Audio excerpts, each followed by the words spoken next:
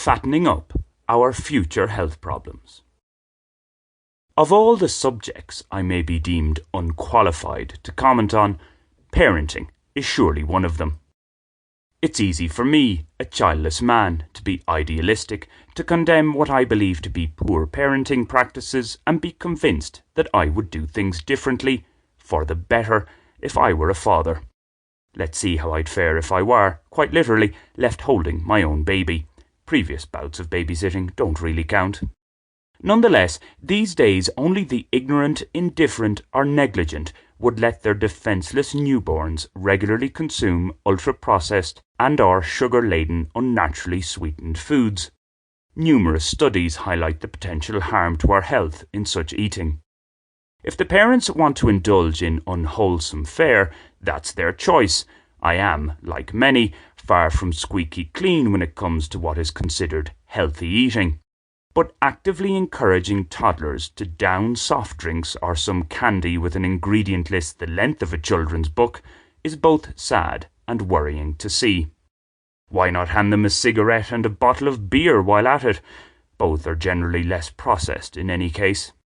In a Colombian context, it can be argued that, in some sectors of society, there is a lack of knowledge as to what makes up a good diet. Food is food, just get it into you.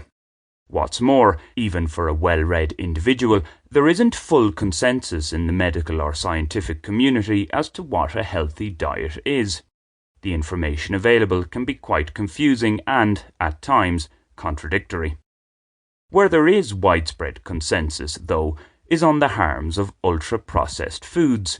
It's generally agreed that whatever we eat, try to eat it as close to its most natural form as possible. The ideal would be to cultivate your own food, where you control how it's grown or reared. Modern life makes such a scenario next to impossible for most of us. So we have to try to make the best of a far from optimal situation. I've written before about the abundance of relatively cheap fresh fruit and veg in Colombia. For those of a more carnivorous persuasion, the country is not lacking in that department either. How pumped full of potentially nasty chemicals all these are is another matter. Thus, avoiding prettily packaged convenience food shouldn't be a difficult task here. Yet, from what I frequently see in the barrio, the opposite is the case. And if it's good for Mammy and Daddy, if he's present, then it's good for little Juan or Juanita. One mother, who is surely in the morbid obesity category, seems keen on seeing her youngest become a sugar, sweet or candy addict before he can barely walk. This is the same mother who I witnessed devouring an 80-gram packet of crisps, or chips for our North American friends, by pouring, yes, pouring them into her mouth. Gone in about 20 seconds. This was within minutes of her having had a substantial meal. While fat-shaming is seen as a hate crime by many social justice warrior types, some obese folk, it seems, don't care about themselves.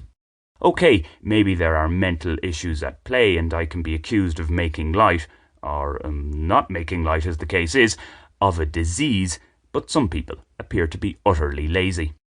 Now, as referred to earlier, what adults decide to do or not to do is their business as far as I'm concerned. I'm certainly not advocating for a nanny state to control every aspect of our lives. People should be responsible for their own actions. In a far from free world, eschewing responsibility tends to push one further under the control of other actors. For greater safety and security, misplaced as this often is, it's a case of, into thy hands I commend my spirit. For sure, if whatever one does is illegal, we have mechanisms, questionable or flawed as some are, in place to deal with transgressors.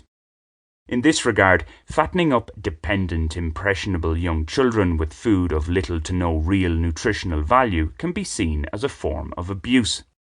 It could set in motion dangerous addictions and associated health complications in the years to come. These are problems that will affect society as a whole in the form of additional healthcare costs and a reduction in overall productivity. So a backseat, point-the-finger parent I may be, but we all have skin in the game when it comes to humanity's future prosperity. One is simply showing concern and trying to help. Don't devour the messenger.